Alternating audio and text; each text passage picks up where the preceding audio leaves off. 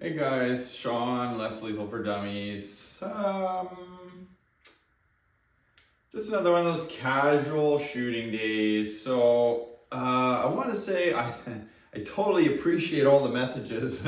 When I put out some videos, like, have misfires and stuff with shaped projectiles, and I get lots of comments and emails saying how you don't have misfires, and I really do appreciate those types of comments.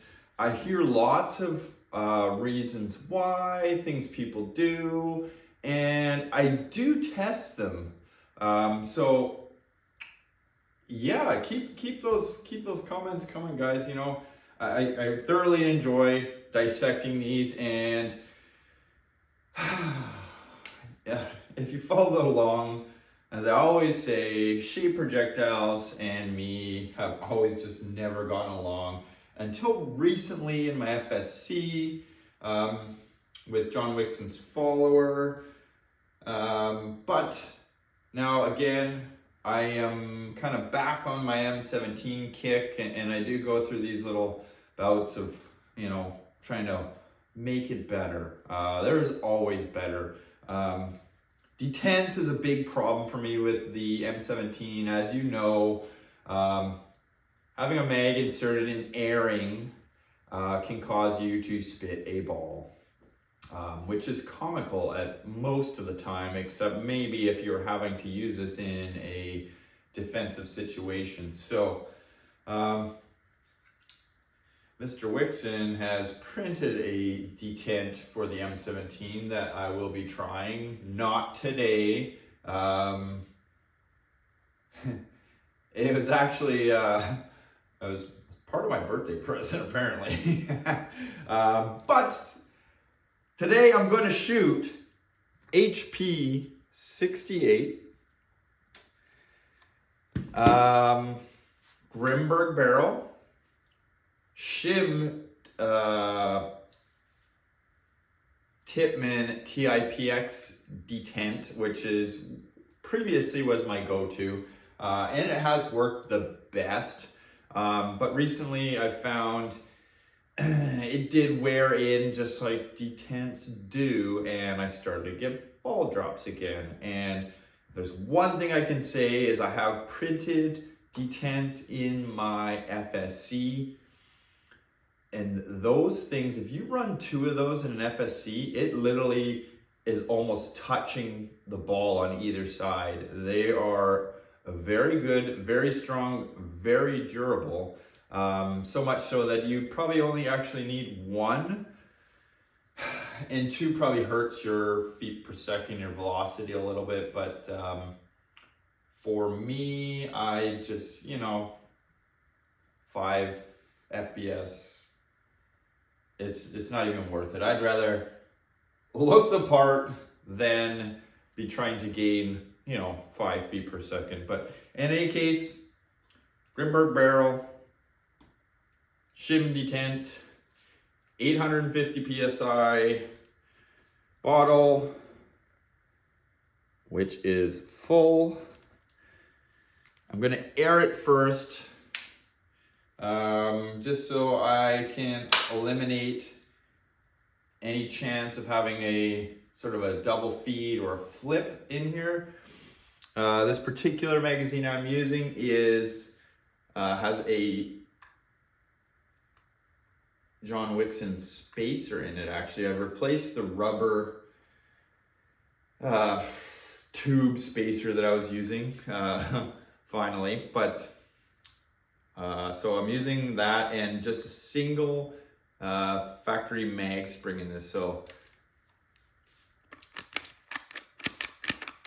this it's pretty spongy, and winder delete, obviously. Grimburg barrel is 9 inches.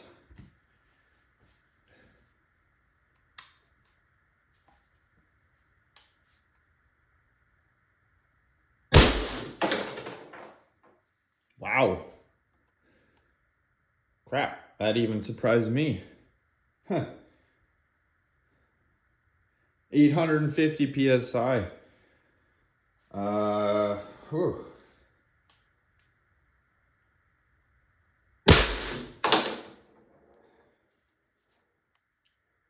$376, more reasonable. I was expecting maybe a 350. I wasn't expecting a 392. And you gotta know, guys, when you first crack your bottle, and you probably all experience this, regardless of the marker, FSC, M17, heck, even the Umarex, HDPs and HDRs, when you have your HPA hooked up, or you puncture CO2 first, the first shot is always sometimes, well, it is always higher. I mean, come on, common sense. But lots of times it's like a lot higher, and then you're like, damn, you really wish that they all stayed that high, but can't have everything.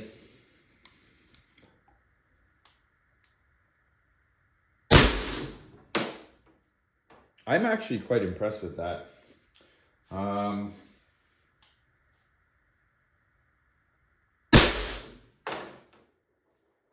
82. So that's solid numbers there.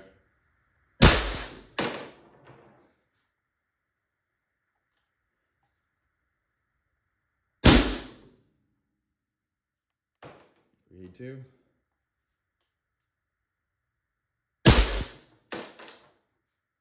82. 380.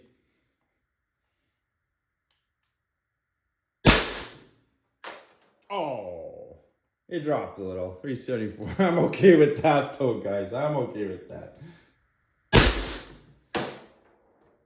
378.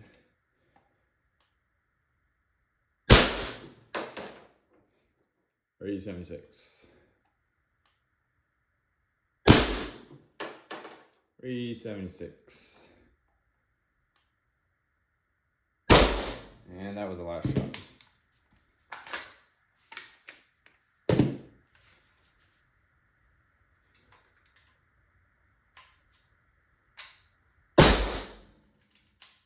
Not too shabby.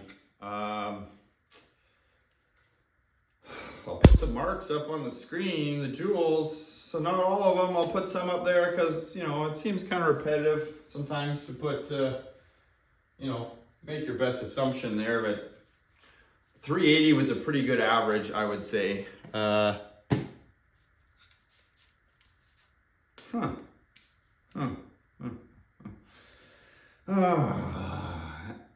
And these are the kinds of things that make me want to revisit shape projectiles. Shape projectiles 9 times out of 10 are going to produce higher FPS if they are bore matched, just like a regular round. But let me give you an example here. Oh. And if you didn't already know, some of these rounds, particularly Hp68, have a big hollow in the back. Now imagine what that hollow does when air is rushing up behind it. It catches a lot of that air. You're still gonna have wasted air around the outside of a shape projectile, but a lot of it is caught in the back and gets that puppy moving, whereas a round ball hits it and then kind of flex around and can escape around the outside. Now here's something else that is not well known with some of the shape projectiles. DK does it with his. HP isn't as pronounced, but it's there. Is that slight concave between the skirt and sort of the head here. That allows, so the air that's caught in the rear and any air that escapes up the side actually gets trapped, well not trapped, but fills this void around the concave, around the outside of this shape projectile, and helps float it out the barrel frictionless. Frictionless if your bore size is correct. It creates sort of a, how should we say, a low pressure zone. Jeez, guys. So that little concave area creates a low pressure area, which helps carry this round frictionless out of the barrel. No, I say frictionless, but you know what I mean. It helps float it out. It kind of creates a pocket of air between the round and the barrel, and voila, it helps efficiency, probably helps accuracy too, although you guys know accuracy isn't something I'm generally testing here. I'm hoping to do that maybe this summer when I move outside. Still on the fence about that, and literally on the fence because not sure the neighbors not sure the neighbors are gonna appreciate me standing out there with this thing, but tough titty, said the kitty when the milk ran out. All right, that's it for now. I'll probably be doing a video shortly revealing the bolt spring. I'll do a teardown on camera, I think, so there's no hidden information. I don't know the condition of this bolt spring inside my marker right now. It is still firing. I put it through some serious punishment, pressures that you should not run through your M17. And also I have the Home Defense 24 bolt spring bumper in here. So I'm curious to see the condition of it as well. So stay tuned. Probably have another video in between then of some more shooting, because damn, those HPs in this thing really got me a little bit excited. And that was only 850 PSI, guys. Holy smokes. All right, see you next one.